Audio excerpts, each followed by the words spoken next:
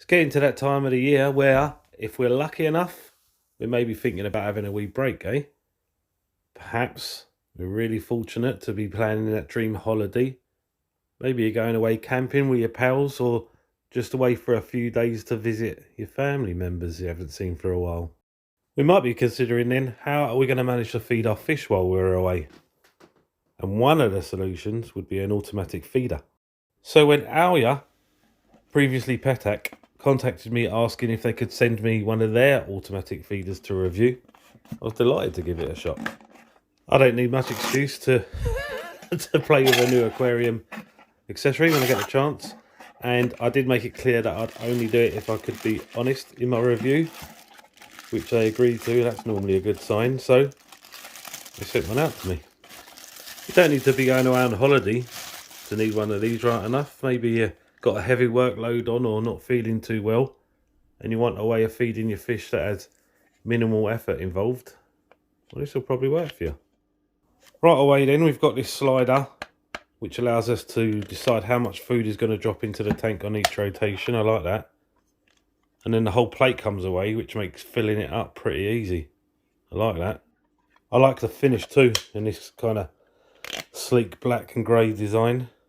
I think it looks pretty classy.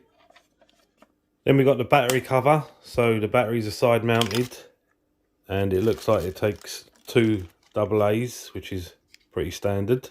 If we replace that and flip it around then, all the controls are on the back. And it looks pretty straightforward, it has to be said. The mount on the bottom is pretty wide, isn't it? It looks like it could fit any size glass on the side of your tank and then you trim too. Yeah, I'm quite impressed so far. See what else is in the box. So we've got a sticky pad. So I'm assuming that mount comes away if we just want to stand it on top.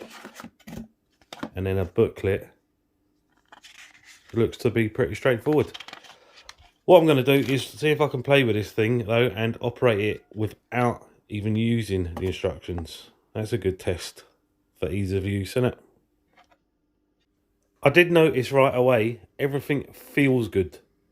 So the slider moves easily, but also clicks into place, so it's not going to travel about when it's not meant to. When you remove the top plate, that feels like it secures in place with a nice click.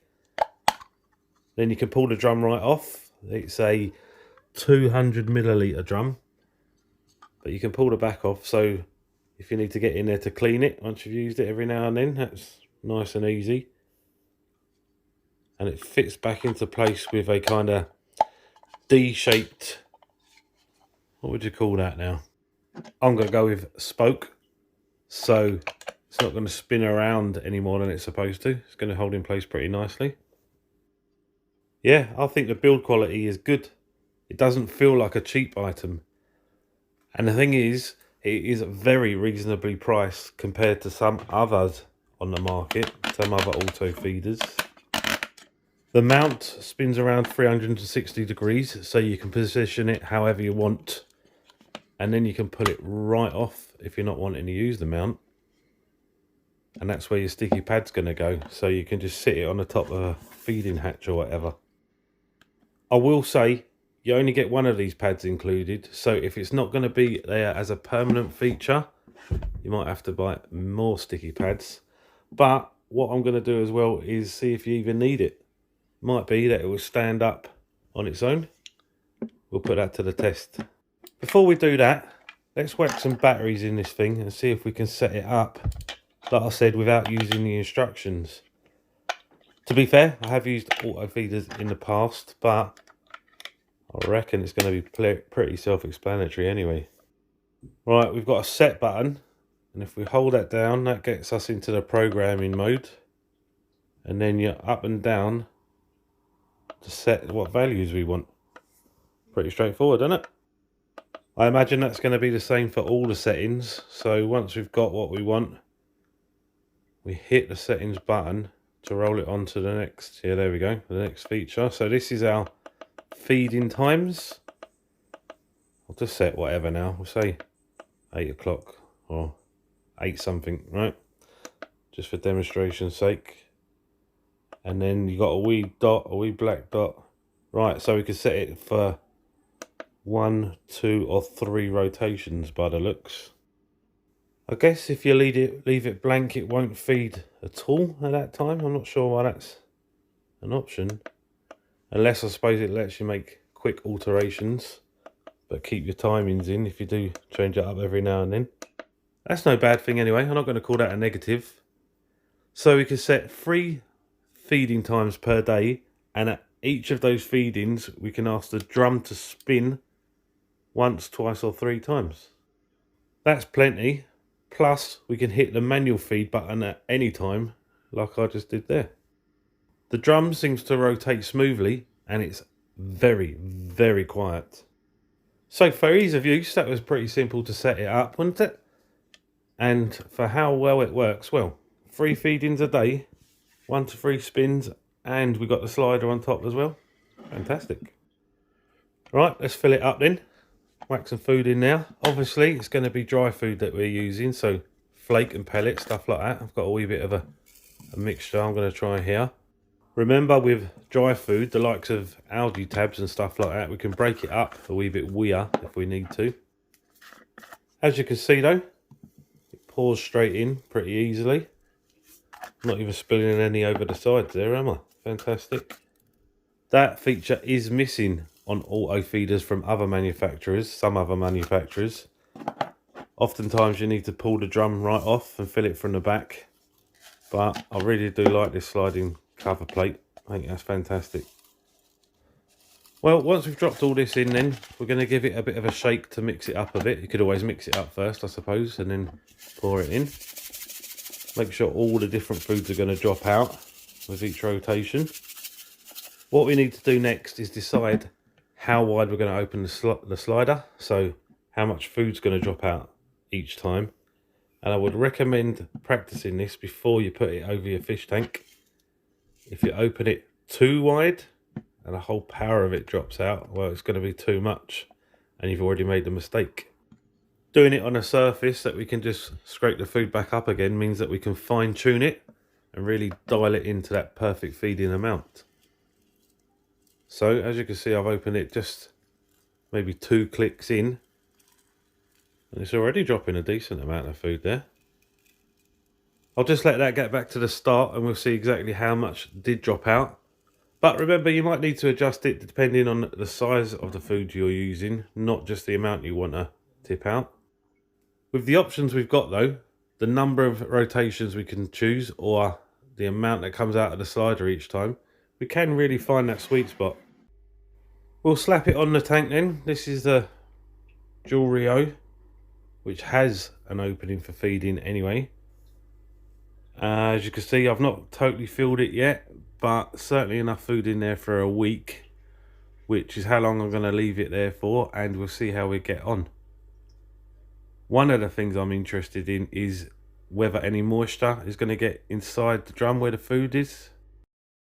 As you can tell, after just a few hours, there is obviously some evaporation from the tank, which is collecting on the bottom of the drum. I just want to make sure it doesn't find its way inside, because that can cause your food to spoil and even start going mouldy. Right, this is a week on, and I've fetched it down from the tank. Well, 6 days actually, sorry, 6 days. So what we'll do is we'll bust this thing open and see what the food looks like then. Yeah, pretty much right away you can tell it's all still dry, it's all still flaky. Doesn't appear to have allowed any moisture inside. So we press for that again.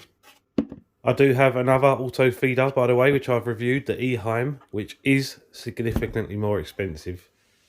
And one of the differences, it has this fan on the back which pulls cool air through when it rotates. The idea being to prevent moisture. But judging by that test there, where I keep my tanks anyway, I don't think that's necessary. This auto feeder did a fine job of keeping moisture out of the food without that fan and without the extra expense. Let's do the tip test then, right? Let's fill the drum completely up and see, does the feeder stand by itself or does it need that sticky pad that it was sent with? Like I said, you can buy more sticky pads from stationery stores, but if you don't need it then, oh, hang on. Looks like we might.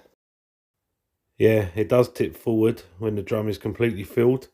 Not that I think you need to completely fill it every time, especially if it's only for occasional use, but that is a problem. Personally, I don't like to stick things to my tanks that are not going to be a permanent feature. For me, an auto feeder isn't. It's just for that occasional time when I'm not going to be around my tanks. So yeah, we're definitely going to need to use this sticky pad if we choose to fill it fully up. If you don't fill it to full capacity, it's fine. And if you're happy for it to be a permanent feature, it's fine. But this is where the Eheim, I think, does win out a little bit. If I grab it real quick, I'll show you their solution to it. So their batteries are rear mounted. When you pull the battery cover off, they've actually got a couple of metal plates that act as a counterbalance in there. So you can see with those being at the rear of the machine, it means that it can't tip forward when the drum is full. The company did invite me to make suggestions to their development team, so I will definitely be feeding that back. Do I think it's a deal breaker? Not really. For most people's tanks, for the size of tank they've got and the amount of fish, I think you can easily get by with filling this. Well, let's put it to the test, in fact. Let's find out how far you can fill it before you need to secure it more. Right, in proper DKF fashion then, I'm going to do it the hard way. I'm going to hit the manual feed button and allow amounts of food to come out until it balances by itself. Right, there we go. We're at the stage it is self-standing, and it's important that I'm still spinning the drum. If it just sits straight until the drum starts spinning, that's no good. But we're definitely at that point, so we'll have a wee look at how much food is in there then. Right, we'll take the drum off then. Like I said before, it holds on pretty firm. That's a good thing. And, oh, hold on, I haven't shut the slider there. We're going to lose more. I think that's about 2/3, would you say? 2/3 full?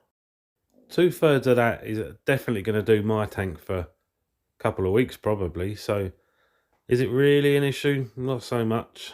Maybe a wee bit, but like I said, I will definitely send that back to the development team. Maybe they'll make changes later. Otherwise, don't fill it all the way. Or use a sticky pad. Up to you. What do I think of it overall then? I think it's fantastic. Considering it is cheaper than a lot of the other auto feeders in its class. Luna likes it as well, by the way, as you can tell.